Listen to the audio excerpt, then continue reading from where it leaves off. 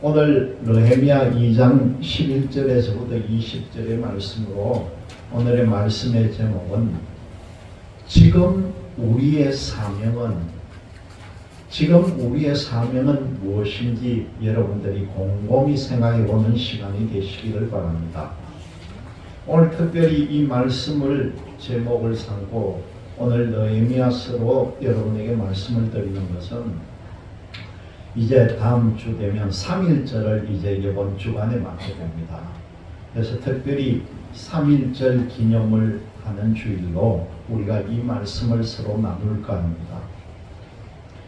오늘 말씀의 주제를 보니까 하나님께서는 황폐해진 예루살렘의 회복을 원하는 마음을 이 느헤미야에게 주셨다는 거죠.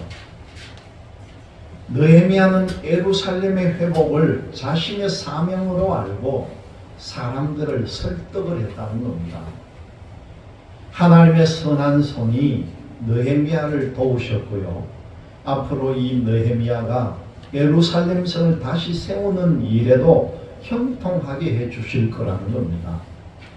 오늘의 말씀의 논지를 보니까 하나님은 사람의 마음에 사명을 주시고 그리고 도와주시며 형통하게 해주셨다는 거죠. 12절 말씀을 통해 보니까 할 일을 마음에 넣으신 하나님에 대한 말씀이 12절 말씀을 통해 나옵니다. 이 2장 11절 말씀이 여러분 뭡니까? 내가 예루살렘에 이르러 머무른 지 사흘 만에 내 하나님께서 예루살렘을 위해 무엇을 할 것인지 내 마음에 줬다는 거죠. 그리고 17절 말씀을 보면요, 느헤미야가 해야 할 일을 제시해주는 말씀이 나옵니다. 후에 그들에게 이르기를 우리가 당한 공경을 너희도 보고 있는 바 예루살렘이 황폐하고 성문이 불탔으니 뭐라고 합니까? 자, 예루살렘 성을 건축해서 다시는 수치를 당하지 말자, 그렇게 이야기하는 거죠. 그리고 18절 말씀을 통해 보니까 도움을 주신 선한 손의 하나님에 대한 말씀이 초반절에 나옵니다.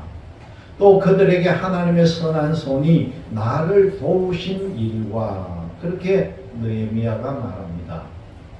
마지막으로 보니까 이를 형통을 믿게 하신 하나님에 대한 말씀이 마지막 절에 나옵니다. 내가 그들에게 대답하여 이르되 하늘의 하나님이 우리를 형통하게 하시리니, 그렇게 말씀합니다. 여러분, 우리 인생들이요, 이 세상을 살아가면서 편안하게 아무 일도 없이 그냥 기쁨만 있고 즐거움만 있는 그런 삶을 살면 얼마나 좋겠습니까? 그런데 우리는 이 사람이 살면서 안타까운 일도 여러 번 만난다는 거죠. 그 안타까움이 어떤 경우에는 정말 내 살을 도려내는 것처럼 아프고 그런 안타까운 일도 있다는 겁니다. 특히 내 가족에게 어려움이 생기거나 아니면은 내 나라와 민족에게 고난이 닥칠 때는 아프고 안타까운 정도라고 말하기 쉽지 않다는 거죠. 이런 경우를 당하면은요, 내 목숨을 내어주더라도 내 가족과 내 민족의 회복을 원할 수도 있다는 겁니다. 자기 안위만을 생각하지 않고 가족과 민족 그리고 공동체를 향한 사명감이 있다면은 그 공동체의 아픔이 바로 자기의 아픔이 된다는 거죠. 최근에 일어난 일련의 모든 우리나라의 일들을 보면서 제가 참 안타까웠던 게요, 제가 여러분 어떤 좌나 우도 아니요, 아니면 내가 이 편 저 편도 아닙니다. 요즘 흔히 하는 말로 보수 진보도 아니에요, 저는. 그러면서도 안타까운 게 뭐냐고 하니까 그냥 조용한 편하게 평화롭게 모든 시위들을 하면 되는데 그 10대, 20대, 30대 젊은 애들이 서부 지방법원으로 가가지고 폭력을 행사하고 유리를 깨고 문을 부수고 들어가고 이런 일로 인해서요 보니까 지금 현재 구속되어 있는 아이들만도 74명이에요. 얼마나 이 혈기왕성하고 참 다른 일도 해도 좋은데 이 일로 인해서 이 나라와 민족 우리나라를 위해서 자기가 사명감을 가지고 자기들은 한다고 이렇게 이게 범죄가 되어버리는 거예요. 이런 모습을 볼 때 얼마나 안타까운지 모릅니다. 제가 어저께도 뉴스를 보니까 요즘 큰 이슈가 되고 있는 전한길이라고 하는 일타 강사가 목이 쉴 정도로 외치는데 어제는 그 제가 뉴스를 보고 하니까 울면서 부러지죠. 울면서 이 강사가 부러진 내용이 이제 50대 나이에 이 강사가 부러졌습니다. 여러분 우리는 관심을 기독교를 믿는 사람이라면 한 번쯤은 관심을 가져야 합니다. 저하고는 전혀 연관이 없지만은 저 교단도 다르고 제가 뭐 특별히 친한 사람은 아니지만은 지금 김해저 가면 송현보 목사라는 사람이 이 세이브 코리아라 해가지고 서울서부터 시작해가지고 부산, 대구 찍고 광주 갔다가 어저께는 대전 갔다가 이번 3.1절 날은 여의도 광장에서 마지막 피날레로 한번 큰 행사를 합니다. 그런데 왜 관심을 갖느냐? 세이브 코리아라고 하는 거는요, 기독교 단체가 중심이 돼가지고 이 나라를 살리기 위해서 죽기 살기로 지금 이 일을 하고 있기 때문에 우리는 뭐 해야 되겠습니까? 결과가 어떻게 되든 안 되든 간에 기도와 힘은 불어줘야 된다는 거예요. 그렇다고 이게 제가 우는 아닙니다. 분명히 말하지만은. 왜냐? 세이브 코리아라고 하는 곳은 하나님이 계시는 곳이고 반대편은 하나님을 인정하지 않는 자들이라는 거예요. 우리는 어느 편에 서야 합니까? 그 전한길이라는 사람이요, 강산으로 올라가기 전에 보니까 탁 무릎 꿇고 성경 위에다 손 딱 올려놓고 기도를 한참 동안 하고는 그렇게 올라가요. 하나님께서 분명히 역사를 해줄 겁니다. 지금 이루어지고 있는 이 모든 환경들을 볼 때에 오늘 제가 이 말씀을 드린 게 가족과 민족 공동체를 향한 사명감, 그 공동체의 아픔이 바로 나의 아픔이 된다는 거죠. 이 기회에 요번 이 일로 인해서 요번 3월쯤 되면은 아마 큰 판이 한 바뀌어질 거예요. 어떤 역사가 일어날지 모릅니다. 지금까지 두고 봤던 하나님께서 요번 이런 일로 인해서 우리나라의 판을 완전히 뒤벼버릴 거라고 저는 확신합니다. 이건 국가도 마찬가지고 이 사회도 마찬가지고 우리 교회가 마찬가지라는 거예요. 우리 교회가 얼마나 그동안에 나태하고 자기 위주로 자기 욕심대로 자기 멋대로 교회를 해왔느냐는 거죠. 요번이 하나님의 역사로 교회도 새롭게 깨어지고 우리나라 국민이 외면하고 있는 이 기독교가 바로 제자리를 설 수 있는 하나의 전환점이 분명히 이번 3월을 통해 이루어질 것으로 확신하시길 바랍니다. 오늘 말씀 가운데 이 느헤미야는 보니까 포로 생활 중인 그 자기들 민족 구성원 중에서도 느헤미야는요 아주 편하게 살 수 있는 사람이에요.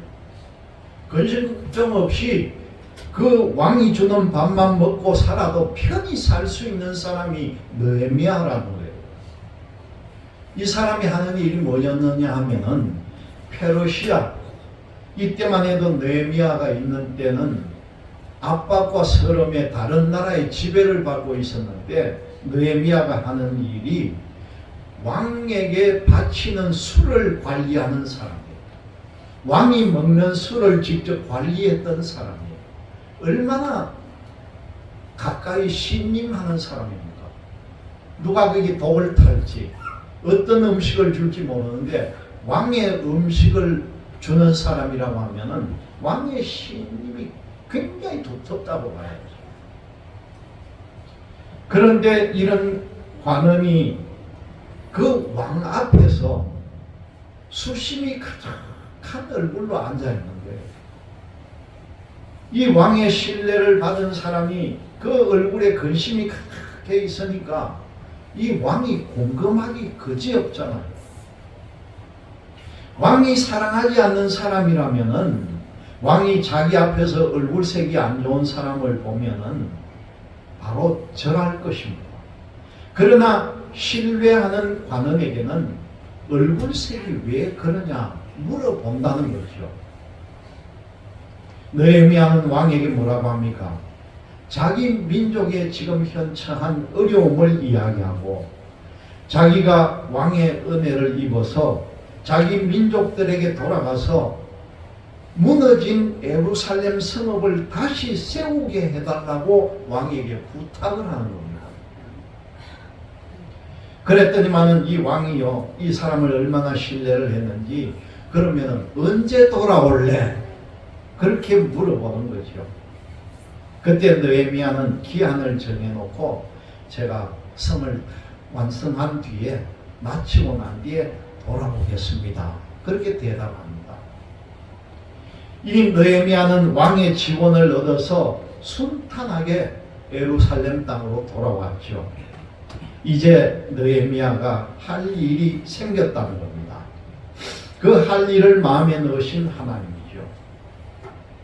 그런데 느헤미야가 예루살렘에 돌아온다는 말을 듣고 그 가운데 기분이 안 좋아하는 사람들이 있더라는 겁니다. 오늘 말씀을 보면 자기 욕심을 채우고 자기의 안위만을 생각하는 사람이 누구냐고 보니까 그 이름이 나오죠. 산발랏과 도비아라는 사람입니다. 이들은 자기 욕심이 채워지지 않는다고 생각하고는 고민에 이제 빠집니다. 느헤미야는 예루살렘의 회복을 위해서 무엇을 해야 할지, 어떤 일의 내용과 순서를 가지고 해야 될지 생각하는 것이죠. 예루살렘으로 돌아온 지 3일째가 되어서 느헤미야는 하나님의 응답을 받게 됩니다. 하나님께서 느헤미야에게 네가 예루살렘에서 무엇을 할지 알려주셨다는 거죠. 그런데 이 느헤미야는 하나님으로부터 받은 응답을요, 자기 주변에 있는 어느 누구에게도 말하지 않았다. 그렇게 오늘 말씀에 나옵니다. 지도자는 비록 하나님의 뜻이라 할지라도 쉽게 발설해서는 안 된다는 거예요. 감출 거는 입이 무겁게 감춰야 된다는 거죠. 다만 밤에 일어나서 몇몇 사람과 함께 느헤미야는 성을 관찰을 했다는 겁니다. 말이나 당나귀를 타고 다닐 텐데 느헤미야가 탄 짐승만 있다. 그렇게 말씀합니다. 느헤미야가 예루살렘을 돌아보는데, 돌아보니까 오늘 말씀에 나오잖아요. 예루살렘 성벽이 전부 다 무너지고 성문도 불에 탔더라는 겁니다. 얼마나 폐허가 되었던지 오늘 말씀에 보니까 그 돌무더기로 폐허가 되어가지고 뭐라 했습니까, 여러분? 짐승들이 다닐 만한 길조차도 없었다는 거예요. 짐승이 다닐 길도 없더라는 거예요. 사람은 말할 것도 없고. 이처럼 폐허가 된 것을 보았다면은 이 느헤미야가 어떤 감정이 들었겠습니까? 저희 부부가 5년 전에 이 예루살렘 성, 이 자리가 바로 다윗성이라는 자리. 그 옛날에 다윗성이 성을 쌓았던 그 자리가 바로 예루살렘 성이었는데, 그때 저희들이 가보니까요, 지하 땅을 파고 발굴 작업이 한참인 거예요. 그 지하로 계단을 타고 내려가지고 우리가 그 발굴 현장을 보고 왔습니다. 그러니까 이 예루살렘 성이 그 옛날부터 무너져 가지고 현재도 발굴을 하고, 지금 이때가 언제입니까? 이 때 비교하면은 수천 년 전인데 지금 또 발굴하고 있는 거예요. 폐허가 되도록 원인을 제공한 정치가나 침략자들을 원망할 수도 있습니다. 그리고 폐허를 방치한 사람들에게 비난을 퍼부을 수도 있습니다. 나도 모르겠다면서 될 대로 되라, 그냥 폐허를 그냥 내버려 둘 수도 있죠. 그러나 오늘 말씀을 통해 보니까 이 느헤미야는요, 이 예루살렘 성의 중건을 위해서 할 일을 찾았다는 겁니다. 하나님께서 느헤미야에게 할 일을 알려주셨다는 거죠. 느헤미야가 몇몇 사람들과 함께 그 밤중에 예루살렘 성을 돌아봤습니다.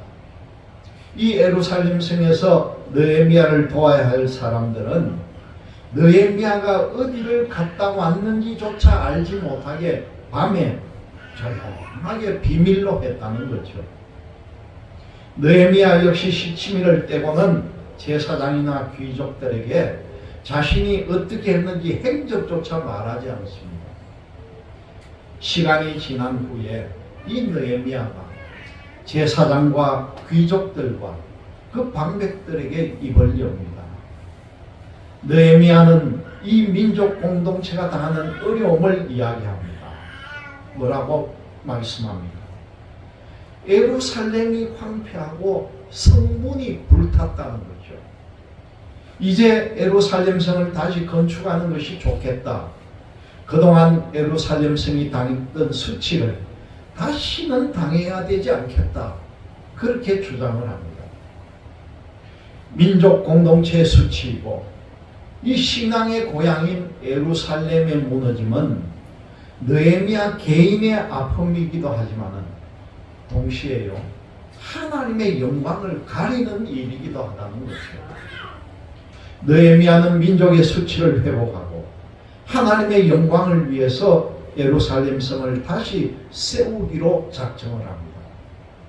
그래서 하나님은 느헤미야에게 예루살렘 성을 다시 세울 마음을 주시고 성을 다시 세우고자 사람들을 설득하게 하셨다는 거죠. 느헤미야의 사명과 일에 대한 열정, 일해 보고자 사람들을 권고하는 모습은 바로 하나님께서 원하시는 것이었다는 겁니다. 하나님께서 느헤미야에게 바른 마음을 넣어주셨고 일을 계획하고 그 일을 합리적으로 실천할 수 있는 지혜를 주셨다는 것입니다. 하나님이 선한 일을 하도록 마음을 주시고 후원받게 하시고 일의 계획까지도 세우시고 도와주신다는 사실입니다. 느헤미야가 하나님의 도움을 받아 사람을 설득할 때에요, 사람들이 쉽게 수긍할 수가 있었겠느냐는 겁니다. 이 사람들도 하나님의 도우심을 인정해야만이 수긍할 거라는 거죠.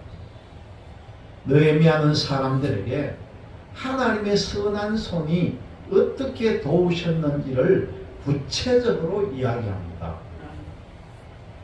이 페르시아 왕이 느헤미야를 지원한 일이야말로 하나님이 도우셨다는 거죠. 여러분, 자기 나라 왕도 아니고요, 이방의 나라의 왕이 모든 물자를 투자해가지고 그 타국에 있는 예루살렘 성을 다시 세운다는 게 쉽게 납득이 되겠느냐는 거죠. 하나님이 이방의 이 왕마저도 사용하시고 예루살렘 성의 재건을 지원하셨다면 어느 누가 하나님의 도움을 믿지 않는 사람이 있겠느냐는 거죠. 이 느헤미야의 설득은 들은 사람들이 일어나 예루살렘 성을 건축하자 하면서 다 같이 호응하기 시작했다는 겁니다.